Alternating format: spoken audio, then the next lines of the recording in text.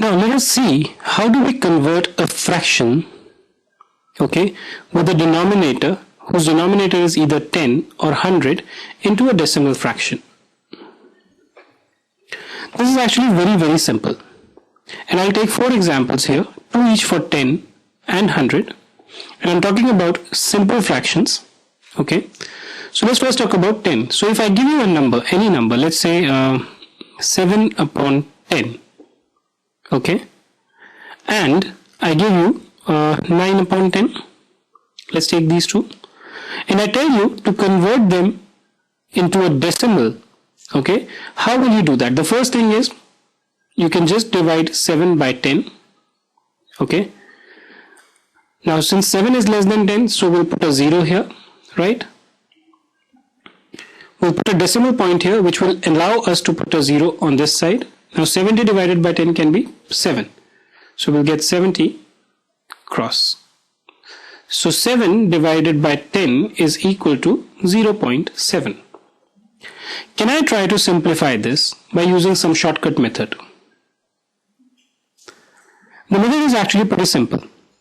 So whenever you have any number or any fraction whose denominator is having a 10 base, okay, what I mean by that is it could be either 10 or any multiple of 10, which could be, let's say, 100, 1000, 10,000, anything for that matter. I'll talk about 100 also, but let's concentrate on this. What we do is we just knock off this 1 0. Okay, we count how many zeros are there. Count number of zeros. So let's say in 10, how many zeros do I have? I have 1 0, right? I write the numerator as it is. Okay, and I will count how many zeros are there in the denominator and count that many number to the left of the number, right? So let's say 1, so I counted 1 and I'll put a decimal point here, right? Before the decimal, since we don't have any number, I can just write it 0. So 0.7, which is nothing but what we got by regular division. Similarly, when we talk about 9 upon 10, again, I will now count how many zeros are there. There is 1 0, right? I will write 9 as it is, count the number of units or digits to the left side, which is 1, and put in a decimal here. So the decimal point, after the decimal point, if you, rephrase it, after the decimal point, the number of digits that we have is equal to the number of zeros in this case. So if I had 6 by 10, okay, you had how many 0? 1, okay. So I will write the numerator after the decimal point. I just need to have how many digits? Just the number of digits is equal to the number of zeros here, which is 1. So I will put a 0 here and say it is 0.6.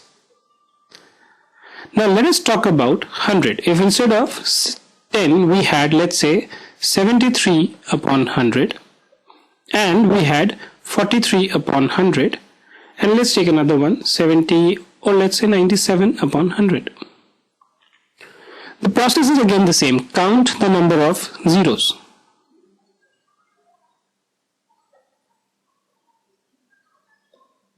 How many zeros are there in 100?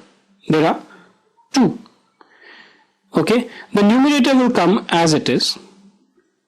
Okay, put in a point here, or the decimal point here. After decimal point, how many digits are supposed to be there?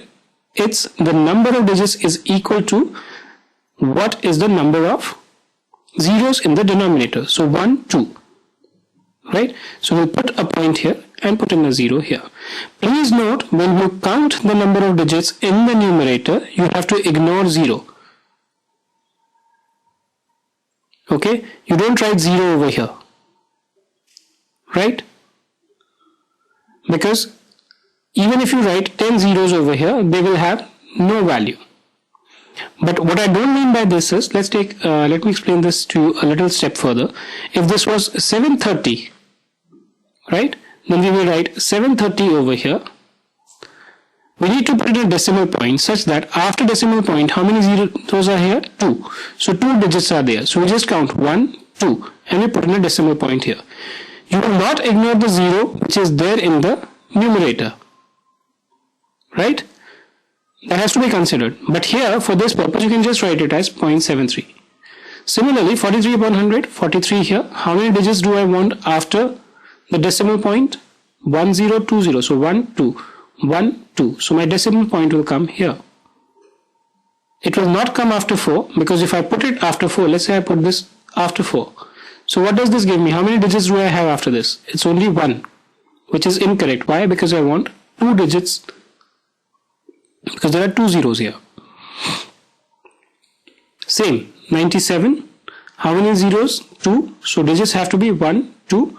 I will put in a point here, decimal point here, 0.97. And each one of these things you can actually test for yourself by doing a division. So let me do it like this, 97 by 100. 97 is less than 100, so we'll have 0 here. We'll put a decimal point which allows me to put 1 0 here. So 100 9 times is going to give me 900 minus 70. Again, 70 is less than 100. So I will put in another 0 here. Now please note, decimal point comes in once and for all. Just because 70 is less than 100, we will not put another decimal point here. No, that will be incorrect. So whenever you get a number which is smaller, you put in another 0 here. Now 100 into 7 gives me 700. 700 minus 700 is 0. So the answer is what? 0.97, which is nothing but this which is there. So let me give you a couple of numbers that you can try. You can try 33 by 100. You can try 72 by 100. And maybe you can try 5 by 10. The answers to this I will give you in the next video. Thank you for being with us today. You can also visit us at www.iedubook.com for many more videos on various subjects. Thank you.